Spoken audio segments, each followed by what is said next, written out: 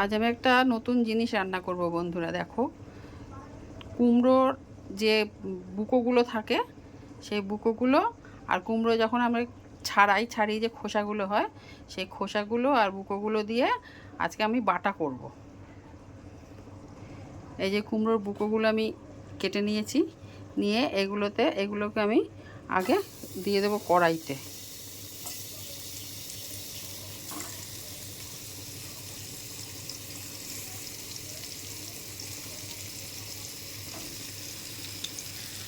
কড়াইতে দিয়ে আমি একটু জল দিয়ে দেবো।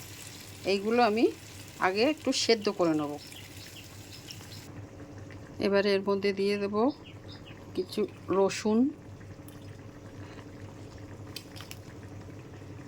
পেঁয়াজ, টমেটো, এইগুলো দিয়ে এটাকে আমরা একটু ভালো করে সেদ্ধ করে নেব। দিলাম কটা ধনে পাতা, দিয়ে জল দিয়েছি, দিয়ে এটাকে ঢেকে দেবো। ঢেকে দিয়ে সেদ্ধ করে নেবো আগে একটু ভালো করে। মোটামুটি খানিকটা সেদ্ধ হয়ে যাওয়ার পরে এর মধ্যে আমি দিয়ে দেবো খানিকটা লবণ।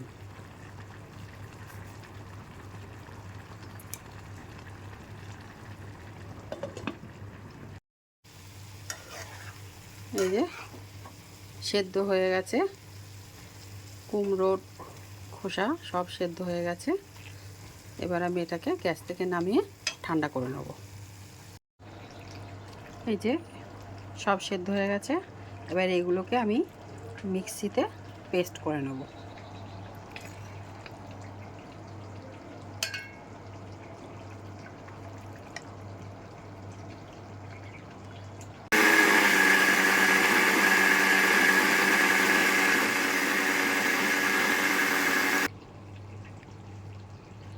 পেস্ট করা হয়ে গেছে, একদম মিহি পেস্ট করা হয়ে গেছে। এবার এগুলোকে আমি কড়াইতে নাড়ব। আর একটা বাটিতে কটা কাঁচা লঙ্কা, কালো জিরে,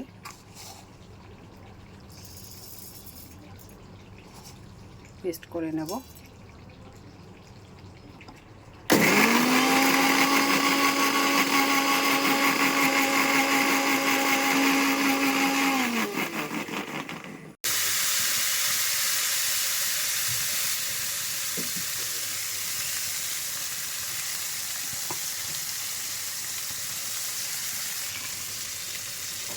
এবার সব পেস্টগুলো কড়াইয়ের মধ্যে ঢেলে দিলাম। তেল গরম হয়েছে, তেল গরম হওয়ার পরে কড়াইতে সব ঢেলে দিলাম একসাথে।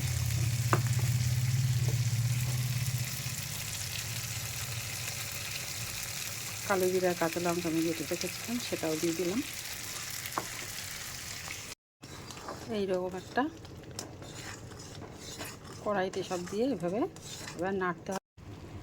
আমি আগে নুন দিয়েছিলাম, তা নুন একটু কম হয়েছে, ওই জন্য আবার একটু নুন দিলাম।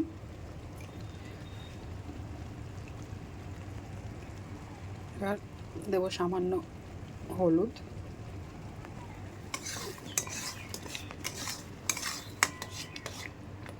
যে অনেকটা শুকিয়ে এসছে, আরও শুকাবে। এটা একদম একটা দলা মতো হয়ে যাবে।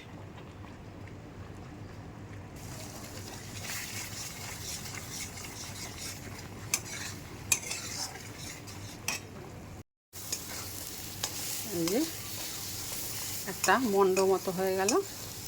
এবার এটা হয়ে গেছে, আমার হয়ে গেল আমার কুমড়ো বাটা। কুমড়ো বাটা না, কুমড়ো খোসা এবং বুকো বাটা।